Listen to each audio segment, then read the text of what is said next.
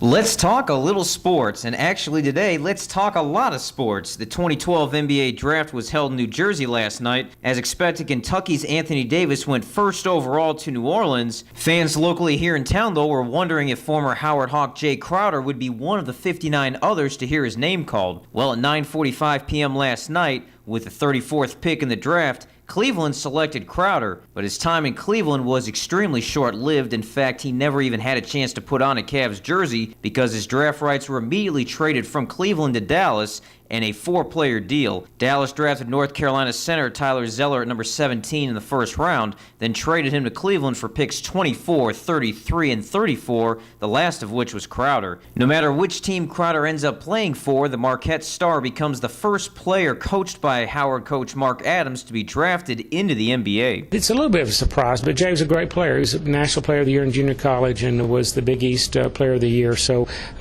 he doesn't surprise. What he does now just doesn't surprise me because he's just a player he's an overachiever.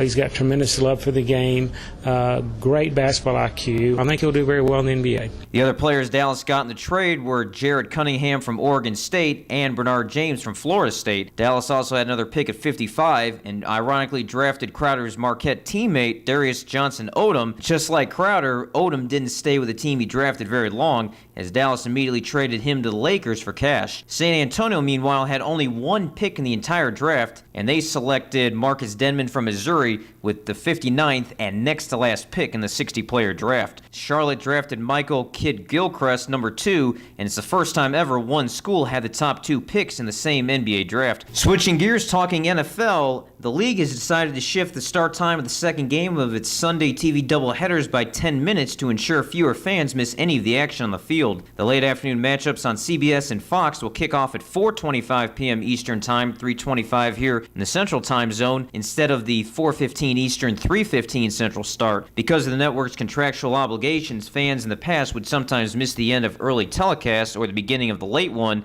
if the early game ran long. Kickoffs were originally moved from 4:05 to 4:15 p.m. Eastern Time back in 1998. NHL news, Pittsburgh Penguins and superstar center Sidney Crosby have agreed to a 12-year contract extension. This leaves little doubt that Crosby, considered the biggest superstar in the NHL, has overcome the concussion-like symptoms that have sidelined him for most of the last 2 years. The deal will keep Crosby in Pittsburgh through 2025. He'll be paid about $8.7 million a season. He's only played 28 games in the last 18 months after sustaining a concussion in the Winter Classic against the Washington Capitals in January 2011. We'll have more sports after this timeout. This is WBI Sports on KBYG AM and FM. The Greater Big Spring Rotary Club invites you to participate in their 4th annual golf tournament at Big Spring Country Club. There'll be a 3-person scramble coming up June 30th and July 1st. The entry fee is $80 per player plus a golf cart. Shotgun start will be at 1 p.m. each day. The entry fee will include barbecue on the course on Saturday. Mulligans will be available for purchase, and practice rounds will be available on Friday. You can call the Pro Shop at 267-5354 for more information. Baseball news, he's long been known as a great baseball player, and now New York Yankee legendary pitcher Don Larson is also a good grandfather. He said on Thursday he wants to pay for his grandkids' college education by auctioning off a prized possession. The uniform he wore when he pitched the only perfect game in World Series history back in 1956. Larson is now 82 years old. He pitched a perfect game during Game 5 of the 1956 World Series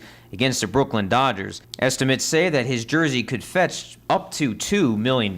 Baseball on the field last night, the Rangers opened up a 4-game series against Oakland. The Rangers erased a 3-run deficit with 4 runs in the 5th inning, and they won it 7-6. Houston Astros led San Diego 3-1 going to the 9th inning, but Brett Myers gives up 6 runs, 4 on an Alexi Marista grand slam. Padres shocked the Astros 7-3. Astros not the only team to lose a 9th-inning lead, as the White Sox scored 3 runs in the 9th inning to beat the Yankees 4-3. Colorado blows a 7-run lead, but Marcus Scudero's RBI single in the 11th helps the Rockies survive Washington 11-10. Cleveland, Arizona, the Angels, and Detroit were also winners. Wimbledon news, big upset on the men's side. Number 2 seed Rafael Nadal makes his earliest Grand Slam exit since 2005 when he was upset by Lucas Rosel of the Czech Republic in 5 sets, losing 6-4 in the final set. To make the upset even more surprising, Rosell before this tournament had tried 5 times to qualify for Wimbledon, going 0-5 and winning exactly 1 set. Now the Czech will be heading to the 3rd round of the tournament. Number 4 seed Andy Murray loses a second set tiebreaker to Ivo Karlovic, but still wins in 4 sets. Number 10 seed Marty Fish advances to round 3 in a 5-set win over James Ward. Match took almost 4.5 hours. Fish is playing his first tournament anywhere since missing significant time with a heart problem,